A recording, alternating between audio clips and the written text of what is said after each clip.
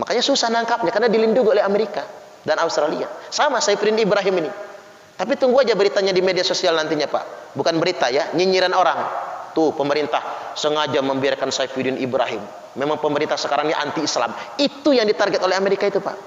Agar masyarakat nuduh pemerintah anti-Islam. Buktinya tuh penista agama nggak ditangkap-tangkap. Tunggu aja kalau nggak percaya. Sehari, 2 hari, seminggu, 2 minggu ke depan, pasti ada yang bikin framing begitu. Karena tujuannya tadi membangun ketidakpercayaan masyarakat terhadap pemerintahnya sendiri. Dan itulah target Amerika.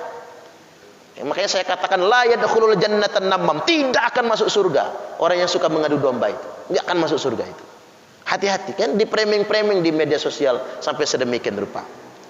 Gabung ke Zionis tapi ngaku agamanya agama Kristen. Ngakunya agama Kristen tapi di Zionis, antek Yahudi orang ini. Nah, dia ini diproyeksikan oleh Yahudi untuk membuat kekacauan di Indonesia. Caranya apa? Indonesia itu paling mudah, Pak, disurut dengan isu agama.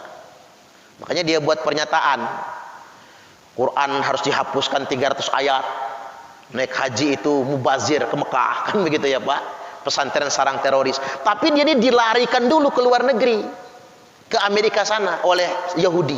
Ini antek Yahudi, Pak, karena Amerika itu lagi sebel banget sama Indonesia. Jadi gimana caranya manas-manasin orang Indonesia ini agar rakyatnya ribut antar rakyat dan antar pemerintah dengan pemerintah, dipanas-panasi, dilihat gimana Indonesia itu biar chaos. Digunakan isu agama, termasuk dulu apa, Veronica Koman kan, yang kabur ke Australia itu. Susah nangkap Saifuddin Ibrahim itu susah, karena ini antek Amerika ini. Mabes Polri itu sudah ngejar, Pak, begitu dicari orang ini tidak ada di Indonesia. Ternyata memang sudah disetting sedemikian rupa. Jadi hati-hati kita. Adu domba pakai isu-isu agama itu jangan-jangan strategi orang luar, Pak, untuk mengadu domba kita, biar antar sesama kita saling menyalahkan. Sampai sedemikian rupa. La yadkhulul jannatan namam, tidak akan pernah masuk surga provokator, tukang adu domba. Ini yang lagi dikejar Mabes Polri ini, Pak, Saifuddin ya, Saifuddin Ibrahim. Itu lagi dikejar, Pak. Kemungkinan besar dia di luar negeri. Ini provokator. Coba omongannya itu sangat provokatif. Haji nggak boleh ke Mekah, mubazir, pemborosan. Yang kedua, kata dia ayat Al-Quran 300 itu harus dihapus, karena itu ayat teroris. Lalu dia mengatakan pesantren sarang teroris. Ini orang luar biasa ini, Pak. Itu provokator.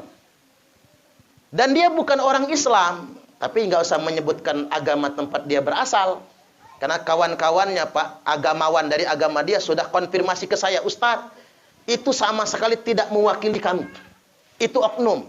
Dan orang itu ternyata, Pak, antek Zionis Yahudi. Dia sengaja mengeluarkan pernyataan itu untuk memancing emosi orang-orang Islam di Indonesia ini, agar terjadi demo berjilid-jilid lagi, bikin gaduh. Maka sekarang lagi dikejar oleh Mabes Polri. Sayangnya orang itu nggak nyumput di dalam negeri, Pak. Di luar negeri memang sudah disetting, rekayasa, sudah dipersiapkan untuk bikin gaduh, bikin rusuh, agar masyarakat nggak percaya sama pemerintahnya sendiri, agar masyarakat tidak percaya dengan penegak hukum. Ternyata orang itu belum ketangkap, Pak, bukan disembunyikan di dalam negeri, karena dia nyumput di luar negeri. Nah, orang kayak gini ini provokator namanya. Nah, mana dia bukan orang Islam, tapi ingat, provokator yang begitu tidak akan pernah masuk surga. Ya tadinya dia muslim itu, Pak, tapi Islamnya juga salah. Dia kan ustadz di NII. Tahu NII enggak? Negara Islam Indonesia itu.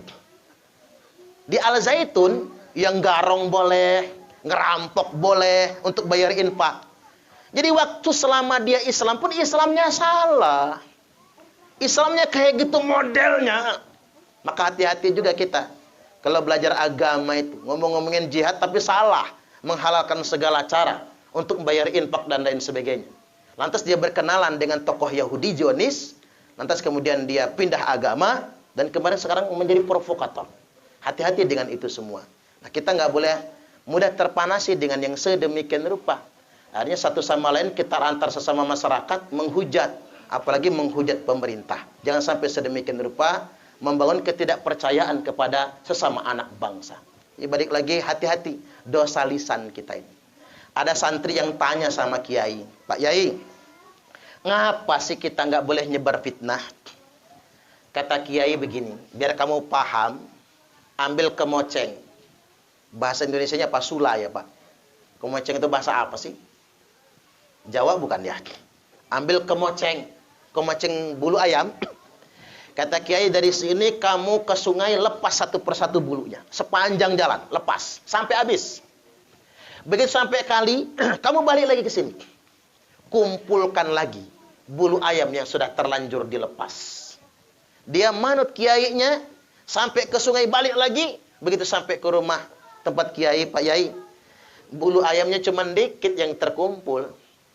Lo yang lain kemana? Nggak tahu, sudah diterbangkan angin kemana. Itulah bahayanya fitnah.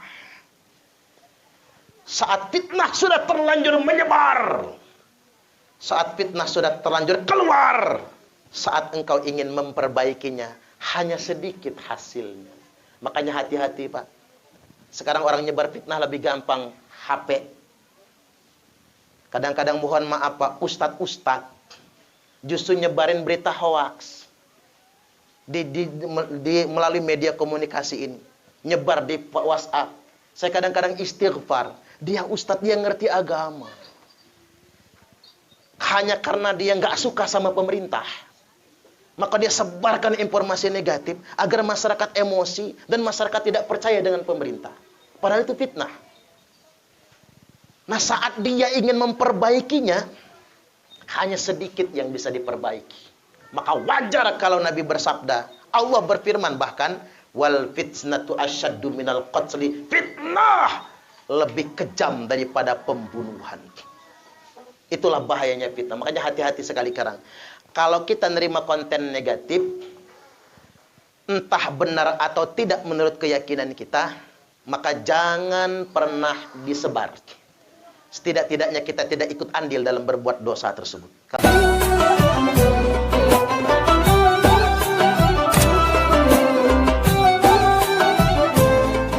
Sendiri. Saya ambil contoh yang terbaru itu Bapak Ibu. Saifuddin Ibrahim.